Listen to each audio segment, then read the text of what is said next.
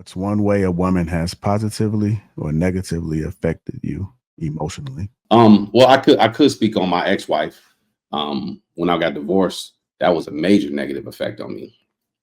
Um, Actually, that was the hardest thing I ever dealt with in my life. Um,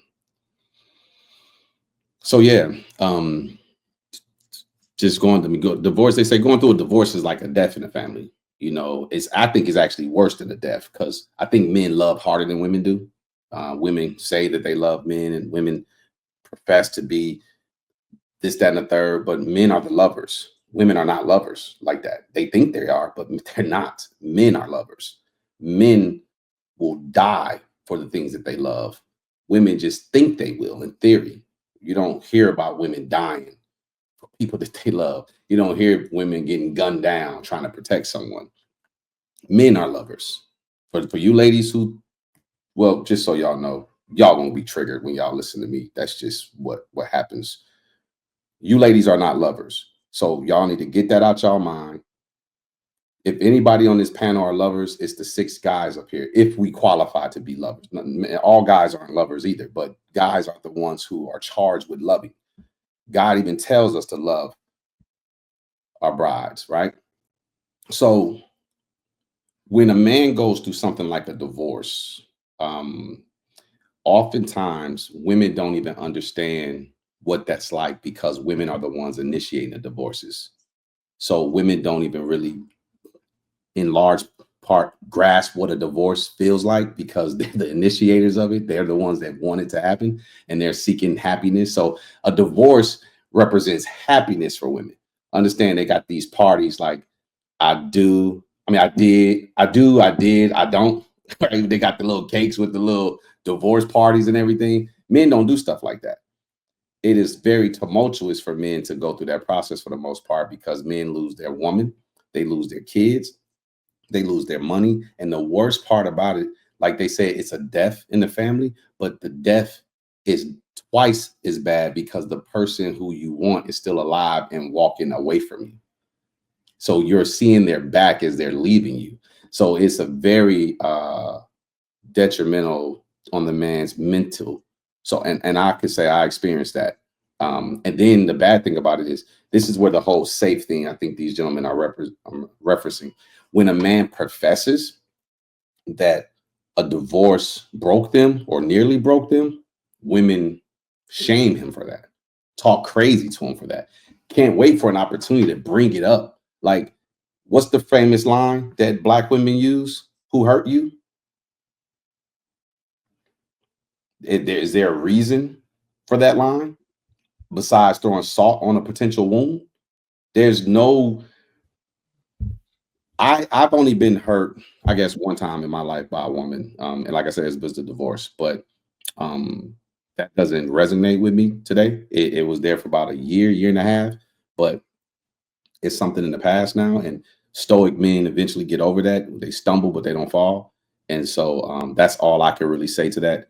I don't really resonate with this topic as much as maybe some other people, or maybe I just can't articulate it well enough as maybe some of the other brothers can. I can give some positive points and some negative ones because it's 2-part question. So I'll do the positive first. Birthing my children, when a woman births my children, it emotionally affected me in a positive way because I was able to see all the pain she was willing to endure, not only for the child, but for bringing my bloodline into the world. It made me feel emotional in a positive way. So it made me really love her even more. She was willing to lay out on the table for me and bring in my 2 little babies. So I appreciate that and love her for that. Sexual pleasures, man. Oh my God, I can't tell you I don't even want to go into that. Still thinking about it. But yeah, the sexual pleasure is most definitely emotional. I ain't gonna talk about it though, but creating a peace. Creating a peace in the home. When I come home from work, when I used to work, house is clean, meal cooked. It just made me feel like very appreciated. I came home to a peaceful place. I can't tell you how many brothers can resonate with that. being able to come home and just unload, and she welcome you to her arms. Everything's all right in the house. Kids are good. The bills are paid. She just doing her part, man. And these things are very little. It might be shocking that the things that positively charge a man are very small. And women may think that's a hard task, but that's all we really be asking for. Just appreciating the things we do for our family, and how are you showing up to show appreciation. Uh, it allows us to emotionally feel safe around you because we know you appreciate us. On the negative things, obviously cheating, I got cheated on before. Uh, uh, I got slapped before. That shit wasn't cool because she didn't even do it with her palm. She had the audacity to backhand me. Yeah. And Hey, if she would have did it with her that's palm, fucked up. it would have been fine because I could take that. You know what I'm saying? She was mad. I did something stupid. I deserved to get hit at that point, but not backhanded. No. And the reason why it made me feel emotionally in a negative way, because I wanted to. There's no way you can backhand me. Now I can't even tell nobody that I got backhanded. You just did. But I got over it now. You know what I'm saying? Mm-hmm. So all this time, I was lying. You know what I'm saying? That's what affected me negative because over the years, it made me even more pissed that I had to keep lying because I wasn't ready to be honest about it because I felt like everybody was going to laugh at me. So it kind of destroyed my ego, just kind of destroyed my manhood. And I had to restrain myself. And I am not going to tell you when I finally told the guys what happened, I'm not going to even tell y'all what they said they would have did. But I told them I could never do that. I was wrong in the first place. She had hit me before, but she never hit me like that. Like that's what I knew I had to walk away from that bitch. I mean, from that woman. But I'm gonna yield on that. So I used to use pain as fuel, like uh like the death of my father, the death of my cousins, people being taken away, locked up, um, losing a home, like all of those things I was using as like a catapult to like make me want to succeed and push and go harder and all of that. And I talked about struggling with this before. In the space that I'm in now, the with the kids and just the overall joy that I get within the house, it's like that was removed from me. So the same drive to go hard, I'm trying to figure out how to transition using positivity into being a driving force as opposed to negativity. Because I will always like hang my head on, well, these niggas couldn't survive when I survived. Nobody could survive when I survived. That's what I would tell myself. And it would just make me go, go, go, go, go. And then when I got in a space where everything just seemed to be, couldn't really ask for more. It's like I just really don't have the desire and ambition to do extra. Because I'm like, shit, everything is perfect. I just want it to stay just like this. Like just stay like this forever and I'm good. So it benefited because it like removed some of the pain or kind of it transformed it into something else.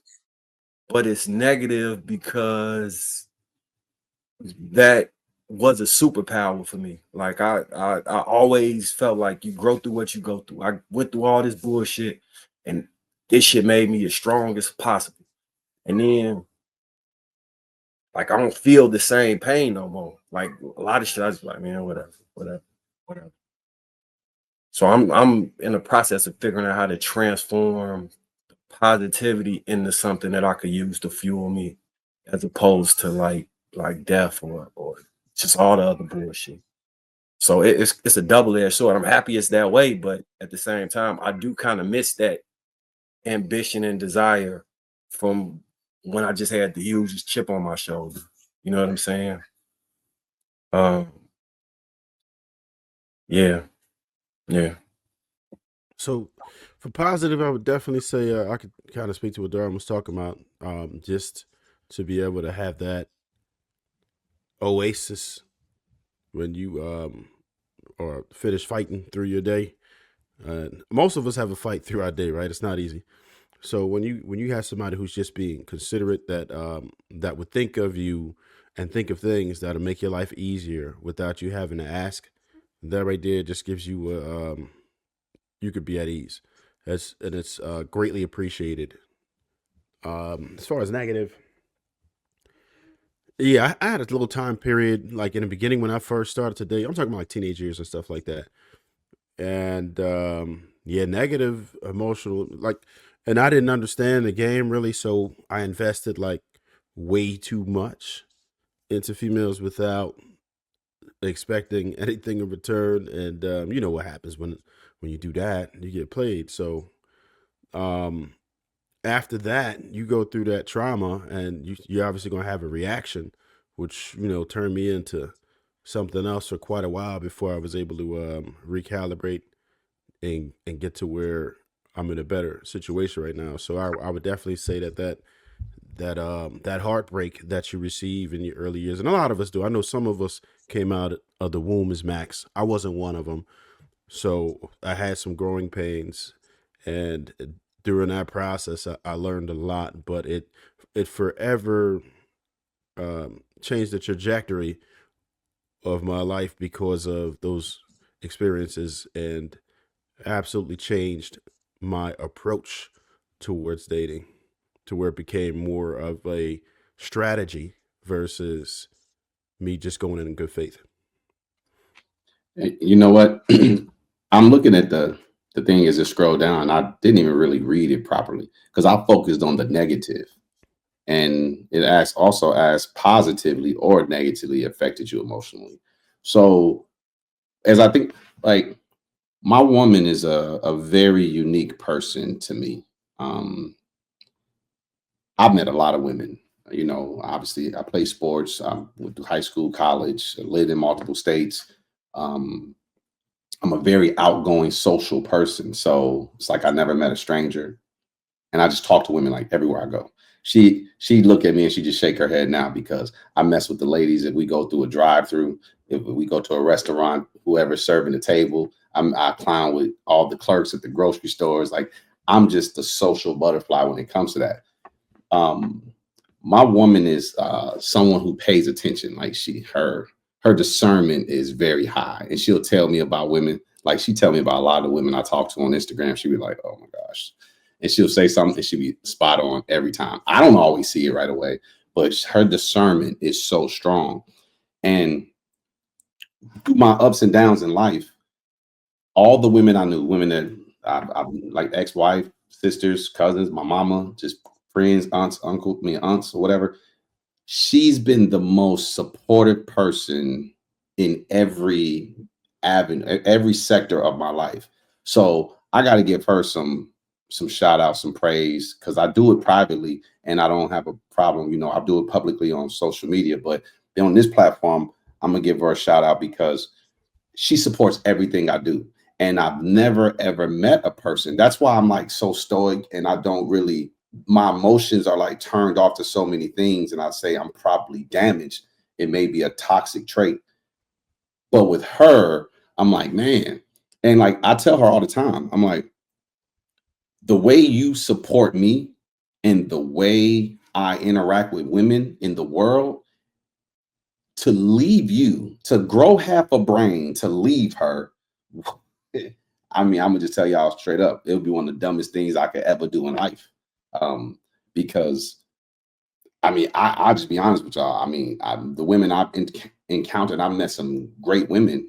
They just pale in comparison to the type of woman she is, and she's just a phenomenal woman. So the positivity that I've experienced in a woman, yes, my woman has definitely met, exceeded, and just the metrics don't even, there's not even a metric system that can even measure what she's done for me. So shout out to her. I'm gonna go in a different direction. If I had to say, negatively, I would say probably being in this space for the better part of the last 3 years. have been some of single-handedly the most frustrating conversations I've ever had. You know what I mean? And I can honestly say that having these conversations have definitely played a part negatively affecting me emotionally. Depending on the conversation, there's been a number of them. Positively though, I ain't gonna lie. Last week when Danielle came back on the show, they hit me in the feels a little bit. I was like, damn. It sometimes it feels good to get through to somebody and they kind of see, you know what I mean? See where you're coming from and understand where you're coming from. And after being on show after show where maybe how we as men feel goes unheard or is disrespected or falls on what the fuck am I trying to say? Oh hell, fuck it. But yeah. Deaf ears. Yeah. But I was basically about to say the same thing again. But yeah, that shit can fuck with you. I mean, and it's not only here, but like it's even worse on TikTok. If you do some of those TikTok lives, and sometimes some of the shit that you hear about us as black men is some of the most frustrating shit you can ever hear, especially when you know that it could be, a lot of it is lies, a lot of it is propaganda, a lot of it is just it's dark over there. So like imagine me going over there trying to have like certain conversations, and I would argue that it's safer here. You know what I mean? It's definitely been safer on like YouTube than it has been over there. Over there, it's a goddamn, it's a Shark Tank over there, but it's hard, and I can see why a lot of people check out and don't want to talk and have these type of discussions publicly, because it does affect you. Shit, sometimes it could affect your relationships. Got you looking at people differently and shit. You know what I mean? But yeah, I say that.